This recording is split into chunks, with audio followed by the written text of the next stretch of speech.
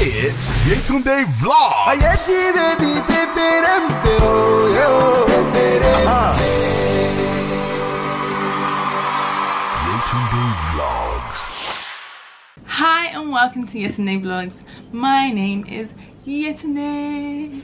If it's your first time on my channel, hi and welcome. Welcome. You are most welcome. And if you're returning as a subscriber or you're a regular viewer, hello. How are you doing? How are you guys feeling? And if you're a regular viewer and you haven't subscribed, why?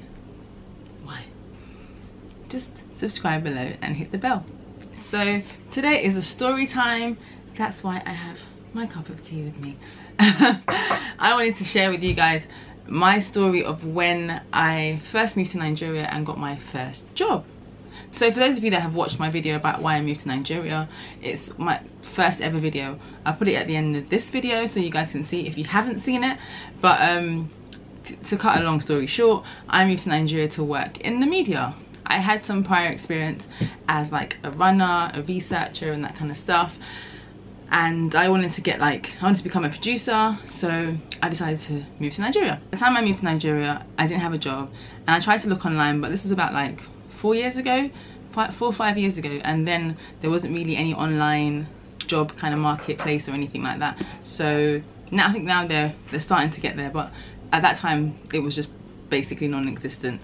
So through a friend of mine, I got my first job. I was very fortunate to get it. It was literally 2 weeks after I moved to Nigeria. I moved to Lagos and I got a job, as I thought, as a junior producer. When I spoke to the boss, I was coming on as a junior producer, and I thought, okay, cool. And I was like, what about my salary? They told me this is what my initial salary would be, and then afterwards I can negotiate it after 2 months, 2 months probation. So I thought, fair enough. Big mistake. So my first day there, I was told I was going to shadow another producer who was running like a celebrity based show where you'd invite the hottest celebrity of the moment, and they'd have an interview. There was an interviewer, and they would have a celebrity. So it was a celeb based show. So I would basically watch her and how she gets the celebrities to come, deals with the presenter, and does her script, just kind of oversee what she was doing. She was, from what I saw, she was pretty laid back. She was very laid back. Days of shoot, she was actually pretty laid back anyway. But what I didn't know was the boss had another plan. So his plan was to out this producer by using me. So about a week after, or 2 weeks after I had started, it was a couple of weeks anyway, after I had started, she was having issues with the boss and everything, and she was telling me, she was basically warning me that I better not get too comfortable, blah blah blah, and I was just like, oh, okay, I don't know what's going on, but I don't want any part of it. And so I think I can't even remember what happened, but all I remember was that she got fired, and then I became the producer of the program.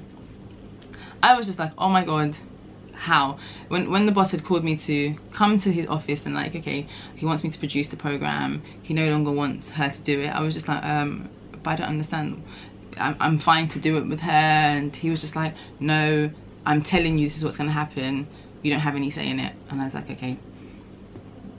So when she found out, she was obviously not happy and was fuming, and again was telling me that you have no idea what you're in for.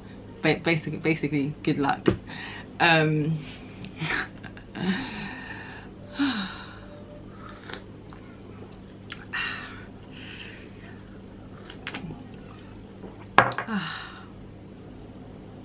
had no idea what I was in for. When I started the show, I didn't have any real knowledge of Nigerian celebrities then. I think I only knew D'banj and P Squared. I was pretty rubbish in that knowledge, in that regard. So I had a lot of the people at the office, my colleagues, were really helpful and would help me out and give me contacts and everything so I could call them. So what was stressful about the job was that because it was a celeb based show, it was also daily, so I'd have to have a celebrity for each day, and I would shoot that twice a week. It was exhausting because I don't know, I think then as well there weren't as many celebrities as there are now. There were loads of celebrities, but then they wanted me to get the hottest celebrities, and it's like, how many hot celebrities are there in one go? Should be if somebody is hot now, they're hot, Sabby. That's like that's a few people. You don't really get like 20 people, 20 hot celebrities like hot in one go. That means everybody's hot then, isn't it? Anyway. I don't know, everyone's hot. Is everybody hot at that point? So I'd have my guest on, and you know, my presenter was interviewing the guest and everything, and my boss would come in and he would be like, who is this person? He's not big. He's not big. Who is this person? They're not big. I want big people. You need to bring the big people. Big. This person is not big. How can you bring this person in? They're not big. And I used to be like, I don't understand. And he'll tell me that you know, I can't, that episode wouldn't fly. And it wouldn't fly. So that happened quite a few times. I would always end up in tears, frustrated. I'm like, I don't know who's big and who's not. So when people would give me like names of celebrities, I'd be like, is this person big? Are they big enough? Are they really celebrities? You know, I need someone that's hot right now. Hot people right now. Anyway, it was so stressful. It was so stressful that even on the weekend, like Saturdays and Sundays, I'll be calling people like, please, can you come on my show? You know, I need you to come on the show. I need you to come. Like, my mind and my head was just full, and it was crazy. I don't know how. I was only there for 3 months, and I don't know how I lasted. I don't know how I lasted. The last time my boss was having a go at me, I was just like, you know what, I've had enough. I was like, what do you want from me? I just can't take this anymore. I turned into a crazy woman at that point. I was just like, I can't do this. I just can't. What do you want from me? I don't know who's big anymore. Like, what do you... And I think it started to freak him out, because he was like, okay, calm down. It's okay. Are you okay? And I started crying. I was just a mess. I was a hot mess. And he was just like, it's okay, you know. And then he was now being kind to me. It was just very, very strange. It was almost Twilight Zone. The stress of the job was one thing. For the fact that in the 3 months I was there, I only got paid twice. And when I tried to renegotiate my salary, that just never happened. It never happened. I realized that I was just basically screwed after the first month, because when my salary was super late. And then the second month I was just like, okay, this was, I think it was Christmas period, and they had like a, you know, there was an awards show that was going to happen, and you know, it was just major, and I was producing one of the red carpets. It was just a huge deal, and that was super stressful. I literally was working from like 9 o'clock in the morning till like 4 AM the following morning. Yeah. And so it was super stressful and everything, and Christmas was coming up. So, you know, obviously most reputable, responsible, I don't know, what's the other word? I don't know, what was the other word? People that have conscientious companies and employers would pay their staff like before Christmas, because it's the holidays, and you know, you want people to enjoy their Christmas, and it's also an incentive. Not this guy. The boss was nowhere to be found, and you know, rumor had gone around that he had gone away with his family for Christmas, and basically we weren't getting paid till like January, and this was December, and I hadn't been paid since October. So I basically had enough. On the day that we were supposed to shoot, I said to my presenter not to bother coming in. I called the crew, said that we're not shooting today, we haven't been paid, and I don't care anymore. So I didn't go in. I went out with some family friends and had fun. When I went in, because in my mind I'd already said that, you know what, I can't do this, this is nonsense. I can't be working and not be getting paid, and I need money. This is actually absurd. So I went in to collect like my episodes, all the stuff that I'd done to put on my hard drive, and you know, get ready to keep it moving. When I went in, lo and behold, who did I see? But my boss. He was like, Yetunde, they told me that you're not shooting today, that you've cancelled the shoot. I said, yes, I have not been paid. So of course, yes, I've cancelled the shoot. When I get paid, then we can shoot again. And he was like, what? You have not been paid? What? I will make sure that they pay you now. They must pay you. Do you believe that I actually got paid literally within 5 minutes? I got an alert on my phone. Like, you know, in Nigeria you get alerts when they've paid you into your account.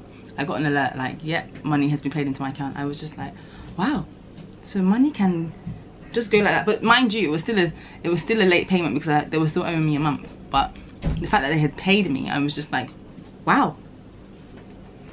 So you guys can pay. So if I don't threaten you, I won't get paid for the jobs that I've done. What a wow. So when I came back from work after Christmas, the boss called me into his office and was like, you know, these are the plans that he has for the channel and for my show and blah blah blah blah blah blah blah. He was just talking and I could see his lips moving, but I was just not hearing what he was saying. And I was just like, oh my god, like, I just don't want to be here. I just don't want to be here. I've had it up to here. You guys are owing me another month's salary, so because you've paid me December salary, you think you can just be demanding of me. So in the midst of my thoughts, I just heard someone say, are you hearing what I'm saying? And I was like, yeah. And it's like, did you write what I said down? And I was like, oh no, where's your pen and paper? Go and get pen and paper and come in to write this down. And I was just like, okay, no problem.